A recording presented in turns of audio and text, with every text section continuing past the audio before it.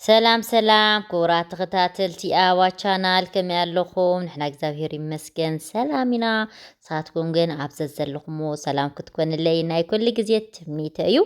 እስኪ ሎማዓንቲ ከዓኒ ሓቢርና ወክ ክንገብር ኢና። ያው ንናታን ወዲ እዚ ጫምኡ ክዳኑ እናገበርኩሉ እየ። ያው ከምቲ ዝፍለጥ ሓራስ ስለ ዝነበርኩ ናብቲ ብዙሕ ግዜ ኣይወፃኹን ትወደይ ግን ወፂ ተተባሂሉ ናብታ ደገ ኣፋፌት ደገ በሪ ናብዚ ጎረቤት ገለ ክትፃወት እዩ እምበር ነዊሕ ኣይጓዓዝ ግን ወከ ይገበረን። ሕዚ ሎማዓንቲ እስኪ ሓቢርና ክንከይድና ናበይ ከም ንኸይድ ሓቢርና ክንርኢና። እዚ ቻው ቻው ብላ ኣለኹ ሓፍተይ ማማይ ክትሕዘለ ኣነ ከዓ ነዚ ሒዘየ ክኸይድ እየ። ያው ብእግሩ ምኻድ ብጣዕሚ እዩ ዝፈቱ ብእግሪ እየ ክኸይድ ኣይሕዘልን እዩ ዝብለና ምሕዛል ጉን የልመድክዎን ካብ ማማዩ ክሕዘል ጉን ኣይፈቱ ንሱ ብጣዕሚ በቃ ስኢሉ ጎየኹ እዩ ዝብል ከድኩ እዩ ዝብል እስኪ ብእግሪ ከሒዘዮ ዘይከይድ ኢለ ዋላ ነዊሕ መንገዲ እዩ ብእግሪ ዝኸይድ ብጣዕሚ እዩ በቃ ይሕቆፎን ኣይሕዘልን እዩ ዝብል ደኺሙኒ ጉን ኣይብልን እዩ። ኣብዚ እናወፃና ኢና ያው ሓድሽ ዝጀመርናዮ ገዛ ዝስራሕ ኣሎ ንሱ ክሪኦ ኢና ኣበይ ከም ዝበፅሐ ያው ሓራስ ኮይነ እየ ይስራሕ ነይሩ ሕዚ ኣበይ በፂሑ ኣሎ ሓቢርና ርኢናዮ ክንመፅእ ኢና ምስ ናታን ማለት እዩ። ናታን ጎኒ ይኸይድ ኣሎ ክርኢ ናይ ዳ ሒዝናዮ ክንከይድ ኣብዚ ሒዘየ እናተጓዓዝኩ እየ በቃ ከድኩ ብእግረይ ጎየኹ እዩ ዝብል ዘሎ ፍቲ መንገዲ ኣይተሓዝኒ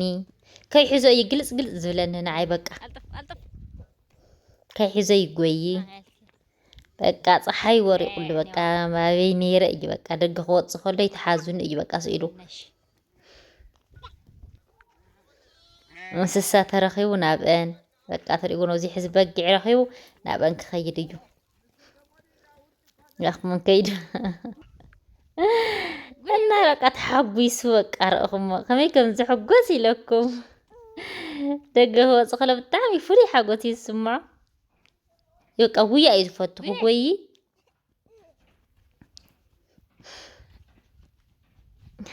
ኣጉይኒ እዩ ዝብል በቃ ካብ ገዛ ብሓቂ ናብ ሳዕ ናብቲ ዝንኸዶ በቃ ብእግሪ እዩ መፅዩ እና ረኽመ ፈቐዶ ተቐሪም ጣፍ መንገዲ ገዲፉ ናብቲ ቀሪም ጣፍ ይጎይ ኣሎ። ኣብዚ ከዓ ጫማ ሕንኩሉ ወዲቑ ኣብዚ ከዓ ነፍቲ ገዛ በፂሕና ማለት እዩ። ሞተር ናይ ኣቡኡ ርኡ ሪኢኹሞ ነቡኡ ይደልዮ ኣሎ ማለት እዩ። የበይ እኒሄ ኢሉ በይና ረኺብዋ እታ ሞተር ፈሊጥዋ ነቡኡ ግን ይደልዮ ኣሎ።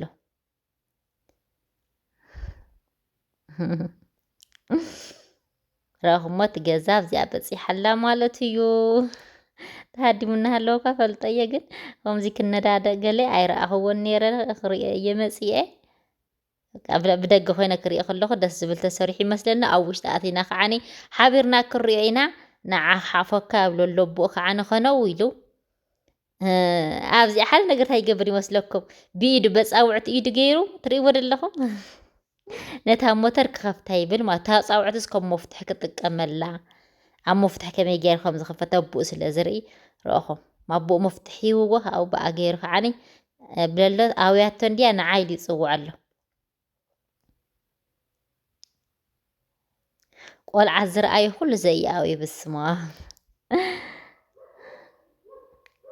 እና ሓዚ ከዓኒ ናብ ውሽጢ ኣቲና እዚ ይመስል ሰብዓ ካሬ እዩ ብጣዕሚ እዩ ደስ ዝብል። እዚኣ መረባኣ እያ ሽንቲ ቤት የተሃደመን ጋና እዩ። እዚኣ ግን ግቢ እያ ማለት መረባኣ ሰብዓ ካሬ ብጣዕሚ እዩ ደስ ዝብል ተወዲ ኢሉ እስካዕ ናብዚ መፂና ንነብር ብጣዕሚ ተጨኒቐ ዘለኹ ማለት እዩ። ንምንታይ ሰብዓ ካሬ ኣፅቢቕካ ፕላኑ ፅቡቅ ጌርካ ተሰሪሕካዮ ብጣዕሚ እዩ ደስ ዝብል ፅፉፍ ኣሰራርሓ ጌርካ ተሰሪሕካዮ ብጣዕሚ እዩ ደስ ዝብል እና ወዳዲእና ናብዚኣ እስካዕ ንመፅእ ተጨኒቀ ዘለኹ እስኪ ሎማዓንቲ ኣበይ ከም ዝበፅሐ ርእየዮ ክመፅእ ኣለኒ ኢለ እየ መፂአ ዘለኹ ማለት ሓደ ወርሕን 10 መዓልትን ይኸውንስ ኣይከድኩን ነይረ ቅድሚኡ እኳ ይኸይድ ነይረ እየ ድብድሕሪኡ ግን ከይደ ይፈለጥን። ያው ዝሮ ሎማዓንቲ ክሪኦ ከይደ እዚኣ ሳሎን እያ ቀዳማይ ህድምቲ ሳሎን እያ ማለት እዩ። ክንሰርሖ ከለና ንሕና ታሕቲ መጀመርያ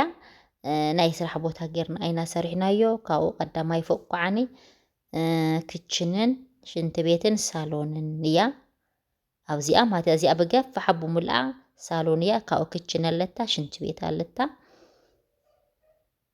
እንታይ ገፊሕ ሳሎን ክኾነልና እየ ዝደሊ ሳሎን ገፊሕ ክኸውን ከሎ ተፈላለየ ነገር ዲኮር ጌርካ ገለ ጌርካ ሕዚ ዘለኽዋ ሳሎን ብጣዕሚ እያ ፀባብ ጥራሕ ሶፋ ኢና ነቐምጠላ ሶፋን ቴሌቪዥን ጥራሕ እያ ዘለታ ማለት እዩ ተዝተረፈ ጋና ዘይተሰርሐ ገዛ ስለ ዝኾነ እና እዚ ከዓ እንትሪእዎ ለኹም ብጣዕሚ ገፊሕ እዩ እና ኦኸናስ ከዓ ነበር ብጣዕሚ ተጨኒቐ ማለት እዩ ደስ እዩ ዝብል ኣብዚ ከዓኒ እዚኣ ንደገ ዝርኢ መስኮት ናይ ላዕሊ ንደገ ማለት እዩ እዚ ማዕፆ ክስርሖ ጋና እዚ ከዓኒ ካልኣይ ፎቅ ከዓ ንላዕሊ ንወፅእ ኣለና ወይስና መደቀሲ ማለት እዩ ናይ መጀመርያ ናይ ስራሕ ጌርናዮ ካብ ቀዳማይ ህዱም ሳሎንን ክችንን ስለዚ ካልኣይ ህዱም ከዓ ንላዕሊ ከዓ መጨረሻ ማለት እዩ መደቀሲስ ሰለስተ ክፍሊ እዚ ትሪእዎ ዘለኹም መእተዊ ከዓ ብራንዳ ማለት እዩ ብጣዕሚ ደስ ዝብል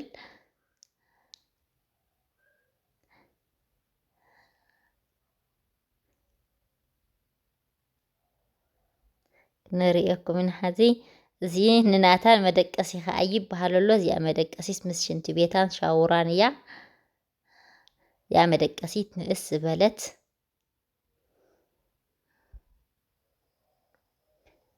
መደቀሲት እያ መደቀሲት ከዓ እያ ብሎ ኣለኹ ናታን እዚኣ መደቀሲት ከዓ እያ በዚኣ ዓራትካ ጌርካ ብሎ ኣለኹ ምስ ሓውካ ንብሎ ኣለና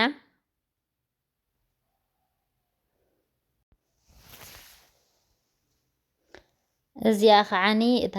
ሻውር እያ እታ ሽንቲ ቤት ማለት እዩ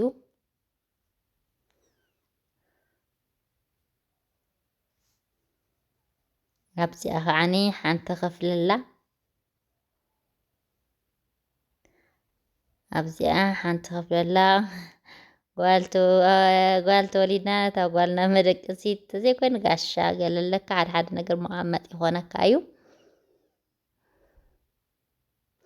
ተዘይወረድኩ እዩ በቃ ናታን ተዘይወረድኩ እዩ በቃ መከራ እዩ ንናታን ሒዝካዮ ጉዕዞ ዘየናፍሶ ኢለ እየ እምበር ብጣዕሚ እዩ ረባሺ እዚኣ ከዓኒ ናትና መደቀሲት እያ ናይ ሰብኣይን ሰበይትን መደቀሲት ማለት እዚኣ ገፋሕ እያ እዚኣ ብጣዕሚ ዘዘጉን ኣለዋ እዩ በቃ ውርድኒ በቃ ብእግረ እየ እዩ ዝብለካ በቃ ኢደይ እውን ኣይተሓዝኒ እዩ በቃ ናይ ናታን ችግር በቃ ተዘይጎየኹ ባይታ መሲልዎ ፎቅ ዘይመሰሎ ኣየ ቆልዕነት እዚኣ እያ ማለት እዩ እዚኣ ገፋሕ እያ ነዘገፅ ኣለዋ እዚኣ ከዓ እታ ሽንቲ ቤታ እያ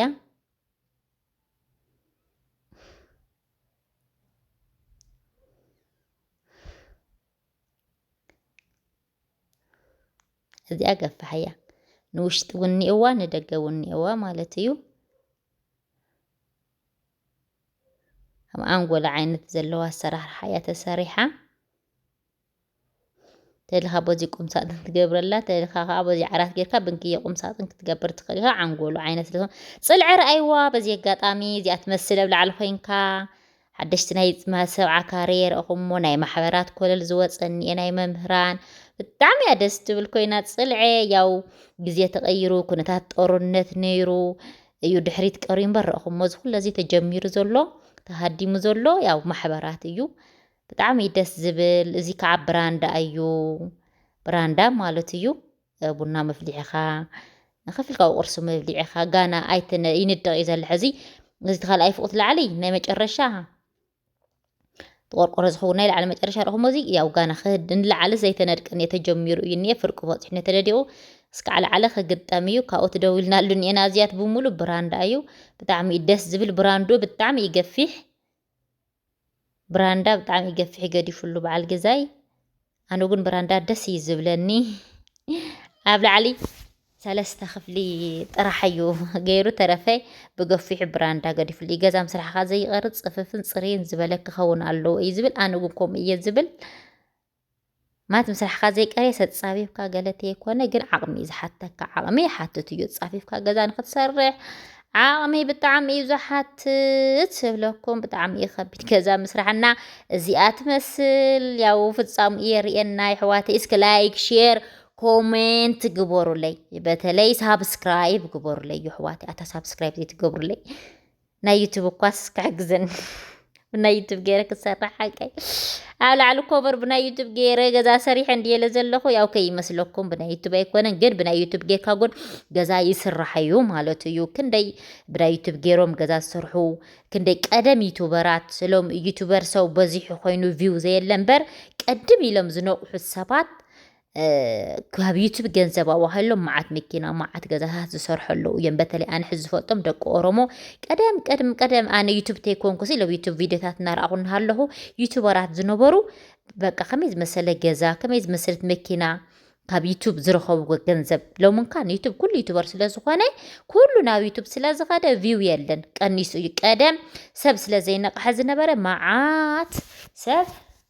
ኣብ ዩቱብ ቪው ስለ ዝሪአሎም ነበረ ውሑዳት ዩቱበራት ስለ ዝነበረ መዓት ገንዘብ ዩቱብ ይህቦም ነይሩ እዩ ስለዚ